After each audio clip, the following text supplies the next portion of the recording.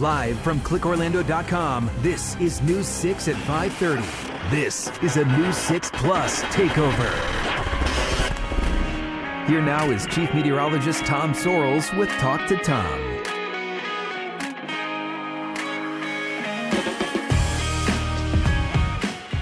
Hello, everyone, and welcome to Talk to Tom. My name is Tom Sorrells. I'm the Chief Meteorologist here at the powerful WKMG, and this is Talk to Tom. Today, we're talking to a local teacher about protecting schools from storms. The kids had a challenge, and the challenge was, how can they build impact-resistant structures in an urban and city environment? I toured one school after Hurricane Ian, and the devastation these storms can leave behind is real. But the good news is, students are already thinking about what they can do to protect future classrooms. But first, we're going to take your weather-related questions. To submit your weather-related question or question about anything really, just go to clickorlando.com/talk-to-Tom. I'd love to hear from you. I'd like to know what's going on where you are and what you want to know from me. And it can seriously be about just about anything. First question out of the box today comes to us from our friend Andrea. Andrea wants to know, will we experience winter this year? Well, Andrea, yes, we will. But here's what's going on. The 90-day outlook for the winter of 2022 into 23 is not particularly harsh and not particularly cold for us. The drivers of what determines how harsh the winter is normally whether we're having an El Nino winter or La Nina winter. And unfortunately for us, the La Nina situation, the setup without warm water upwelling in the Pacific continues, has been going on all autumn long and will continue into the wintertime, we do believe. What that means for us is a different flow and not a big swing in the jet stream. If we had the El Nino winter going on, a lot of storms would come straight across the Gulf. We'd have big cold fronts that are able to penetrate the state of Florida. We'd have those winter outbreaks of nasty weather that we normally get. But this year, it should be gentler as far as storms go. We should have lower than average moisture, and we should have above average temperatures. That's as a general rule. But we will have times when we get into the 30s, just not as many as we would have during maybe what you would consider to be a normal Florida winter. It's been a long time since we had a true streak of more than a year of really harsh Florida winter. Last winter, we did have some cold times, but in recent years, like the last decade and a half, most of our winters have been warmer than normal, and I think this one's going to be the same thing. All right, let's move on. Let's see what else we have. Oh, she also asked, this is another Andrea question, do you think that climate change will stop Florida from experiencing winter eventually? Okay, there's a lot to unpack there with whether or not the climate is going to change so much that we don't get winter. A lot of that depends on whether we keep on going at the rate we have been going. Now, I'm more optimistic than that. I don't believe at the rate we've been going is going to continue. I think that a lot of changes have already happened. The acceleration of electric vehicles is starting to happen. The switch from so much coal-powered electricity to more wind-powered, solar-powered electrical options is starting to happen. And so I think that once we change all of that, and once we change our power grid in years to come, and the way we process food, the way we transport ourselves around, and even the way we fly across the country, I think all of that's going to change enough that we'll start to dial it back down. Will we dial the global temperature down soon enough in our lifetimes that we'll be able to tell a whole lot of cooling? Probably not. But in our children's lifetimes, I believe we will. So what will happen overall is that we'll end up with the winter in Florida feeling a whole lot more like the winter in, say, Cancun, Mexico, in that zone somewhere. And we would have winter, but it wouldn't be nearly as harsh of a winter or as cold of a winter as what the folks who grew up here were accustomed to. That's if we don't change and slow things down. I truly believe we will. And in the next 50 years, I do not expect Orlando to feel like Chichen Itza. I don't. But I do believe that we're going to continue to warm for at least another decade, maybe a decade and a half, before we can start to tone it back down. would be my best guess. So, yes, if we did not stop our emissions, we would end up with no winter. If we do slow our emissions down, if we come up with a better way to carbon capture, I think we change the planet and our future and get back to a more normal instead of this new warm normal that you're used to. I know it's a long answer to that question, but thank you for asking. It's a really good one. All right, we're going to stick with climate change here for a moment. Guy Anderson wants to ask, did climate change play a role in fueling Hurricane Nicole? That's another very tough question there, Guy. I like it a lot, but here's the deal.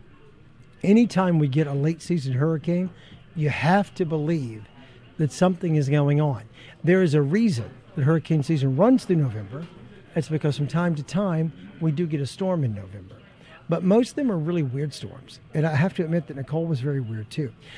I believe on a personal level that the warmer oceans are going to start to lead to A, earlier starts to the hurricane season, and B, them extending even longer. I think a November hurricane won't be once every 15 or 20 years like it's been over the span of my lifetime.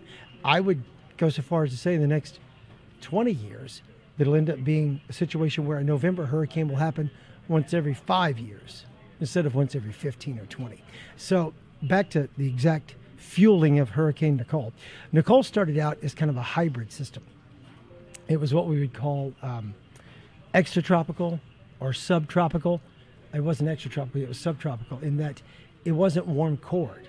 It started out as a big low, upper level low, that developed and eventually stacked. In other words, it came all the way down to the surface and then warmed from the bottom to the top off of the evaporating waters from the Atlantic. So it did become a warm core system. It did become a hurricane. It did become problematic. It wasn't one of the worst storms we've ever had in Central Florida, but in light of the fact that we had just had Hurricane Ian 40 days before, and it came in from the East Coast when our beaches had already been ravaged by Hurricane Ian with high tides and erosion, then it really turned out to be a huge problem for us and added to the rain woes of the St. Johns River. So climate change is playing a factor in fueling late season hurricanes. Did it directly cause Hurricane Nicole? There's really no way I can say that. So that's a long answer for that one too. Let's do Guy Anderson asking another question about Brevard. Obviously you must live in Brevard. Why does Brevard County get a lot of rain and thunderstorms? Well, here's the deal. It boils down to our basic setup. We talked about this before on Talk to Tom, that we are an air mass driven kind of weather situation where normally it's about how humid it is. But the reason you get more thunderstorms than most anywhere else in America is because of the sea breeze that kicks in 6 months out of the year. Sea breeze storms make it what it is. A tropical to subtropical climate here in Central Florida with thunderstorms breaking out every day. What ends up determining where the sea breeze goes is where the high builds in and how soon the sea breeze can kick in, which way the wind is flowing. If the wind is coming from the southwest, the sea breeze will get pinned up against Brevard County and you'll get super widespread thunder shower activity. And if the sea breeze has a chance to kick all the way in, then the big showers march farther inland. So it just depends on whether or not the wind is from the southwest guiding the sea breeze or stalling the sea breeze out. But the reason you get so many is because of that sea breeze. Okay, our last question comes to us from our friend Charles Bernard. Charles is traveling from Michigan to our place in Melbourne. Yeah, come on down. Next Thursday or Friday, what is a good site for national weather before we leave? You guys are my favorite TV station in this area. Came down from Michigan for one of the hurricanes a couple of years ago and watched for coverage around the clock. Thank you, Charles. I appreciate that more than you'll ever know. I would say you should look at the National Weather Service for the national perspective and click on our app. Our Pinpoint, you don't have to buy it. It's free. You can pick it up in your app store. It's free. It's WKMG Local 6 Weather. Just search WKMG Local 6 Weather. Download the app. It's absolutely 100% free. All right, don't go away from us. We'll be right back talking to students who are looking out for your future.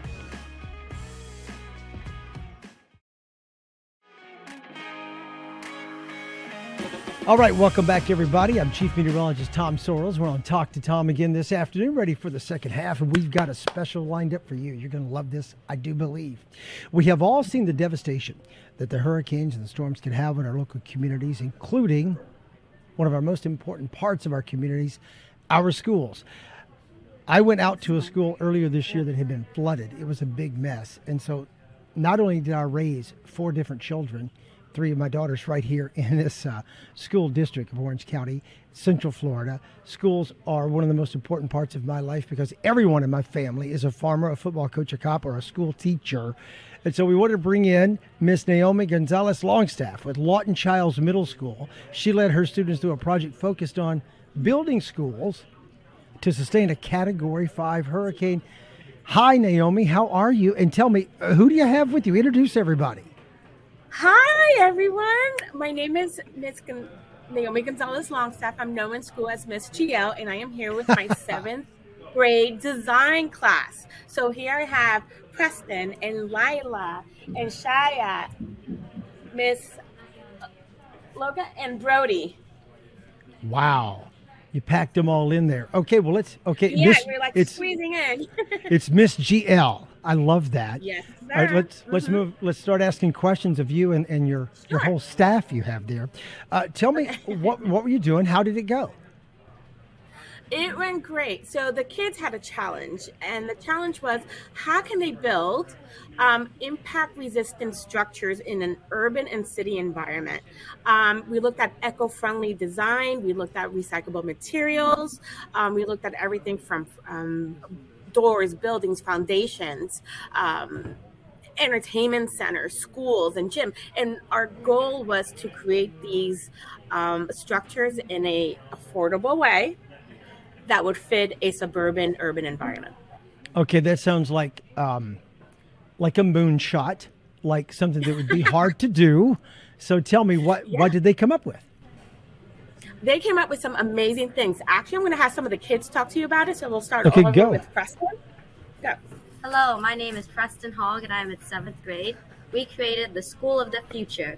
It's an innovative, multi-purpose school that can withstand Category 5 hurricane-resistant buildings. We first wanted to look at the water issues. As a result of water, we installed gutters to divert the water off of our roof. We also installed an awning that will keep our students dry. We wanted to look at where our location and our climate zone is to best build our building. So we learned that we are in the South Florida Standards Hurricane Zone, so we implemented that building code in our build. We also implemented the Energy Efficiency Code, which compares how buildings are to a standard building to ensure our safety. Okay. And not only did we have a school, but we also had a movie theater. And you know we all love to go to the movies, and they also need to be impact resistant. And we have Lila here to talk about it. Hello, I'm Lila Ross. I'm also in 7th grade. Our cinema, Étoile Cinema, it's based off French culture, and we used a metal roof to help divert the water and keep it safe from any blast from the wind. We also have it slanted down, and so that all the water will just slide down the roof instead of piling up and making it heavy on our roof. We also, inside, we put padding to make sure we don't hear that awful sound of rain tapping on our building while watching a beautiful movie. Wow. So far, so good, Preston and Lila. What else? Do we have anything else you want to show me? Any other models? Yeah. Let's see one back there. What's that? Absolutely. We have a couple of shops. So let's talk about our Roses Are Red flower shop, which is designed by Shaya and Friends. So my name is Shaya, and I'm in 7th grade. We wanted to make this building because there's not a lot of shops, flower shops in the cities, and we wanted to make it cheap so you can buy them.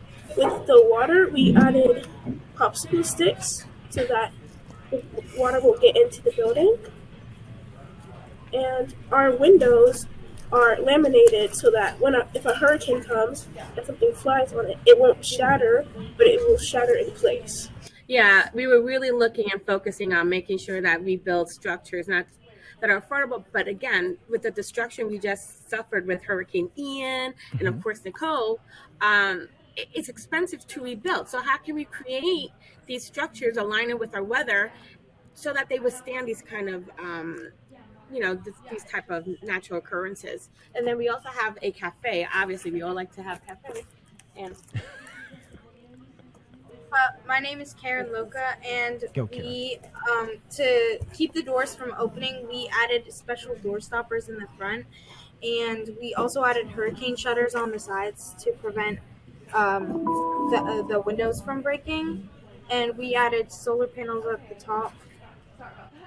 Nice. So they wanted to find out other ways to Yeah. to have energy and conserve energy when we lose energy during these natural disasters. Okay, I see one more building back there in the back. What's that one? Oh, Did we- this did we is a look at that great one? one. Come on, Brody. What is that? Who's this? Okay. My name is Brody Harrington, and we are part of, me and my crew, we are part of CMS Design. Okay. And what we have made a police and fire station because we knew that if we needed a city, then we had to withstand hurricanes. We felt that we would need to add a way to help citizens get back and safely to make sure that there's no house damage or break-ins after the hurricane. So that's why we came up with a fire station. As you can see right here, there are shutters over our windows that stops them from breaking during a hurricane. And we have on our front, we have 2 garage doors. These would be to obviously hold in the fire trucks. And like how I said, it's fire and police. This side would be the fire, and this side would be the police. And also, we have a steel roof, and it has solar panels on side. And the reason that we put them on both sides was to make sure that we got maximum power for both morning and afternoon. And our structure and foundation was made of concrete. And also we added emphasis on the signs, doors, and garage doors because most of the other colors are mainly bland. All right, is that all of the Seventh buildings? graders. Is that all of the buildings, Miss Naomi? Is that it? That's all the Oh, buildings? we have tons. We have tons of Oh, do you buildings, really? and the entire classroom is filled with a city. That's And we amazing. have some amazing stuff. Yeah. Okay, so tell me, I've been told by my producers that not only did they build these, but they had a competition. So who won? They all look great to me. How do you judge them? Who won? Oh, we had our superintendent here. We had our mayor of City of Oviedo here. We had our Seminole County planning manager, Mary Moskowitz, here. We had a planning team and engineers here to kind of assess what the kids did. And Wow. judging is still there because we have 1 or 2 more admins to check that box for us. So can't really tell yet, Wow. but soon. Wow. Well, let me just say this about that. This is one meteorologist who's glad he was not asked to judge. That's a tough order. Those are all great. It is. And Hey, this Miss is an Naomi- example of all the data that they had to collect. So they had to collect everything from mood board design, that they went to 3D modeling using Tinkercad, which is a junior version of AutoCAD. They had a budget of $500,000 to create their structure. That's amazing. Not a lot when you consider so much stuff. It's really not. Hey, Naomi, we're running out of time. I'm down to my last 25 seconds. I just want to commend you for this was all your idea or someone else's idea. Did you come up with this on your own? Well, that's it. No, I can't take 100% of the credit in terms of what Think and Design, the program of emphasis here at Lawton Childs Middle School is about. However, the execution of it, because it's such an original idea to get that done. Yes, that came from my brain. Well, young men, young women, congratulations. And Miss GL loved it. Thank you so much for being on Talk to Tom. I want you to get back with me and tell me who actually wins this, okay? Oh, for sure. Thank you so much for having us Panthers on your show today. Thank It's you amazing. so much. You're doing a great job. Have a great day. Bye now. Awesome. Bye. All right, bye-bye. We're running out of time here on Talk to Tom. That was Mrs. Naomi Gonzalez Longstaff, Mrs. Naomi GL from Lawton Childs Middle School. Thank you so much. All right, we want to wrap it up now and say thank you at home for watching Talk to Tom. If you have a question you'd like for me to answer, just go to clickorlando.com/talk-to-tom. And of course, you can watch us anytime, anywhere in the world on News 6 Plus. And while you're there, also check out Florida's Fourth Estate. You know you have trouble when your son in college's nickname is the most swag. And you know there's marijuana going on when you hear that. Riff on this and live cams. Hundreds of people sit down to enjoy the beach from home, overlook the city beautiful, or watch the cruise ships come in.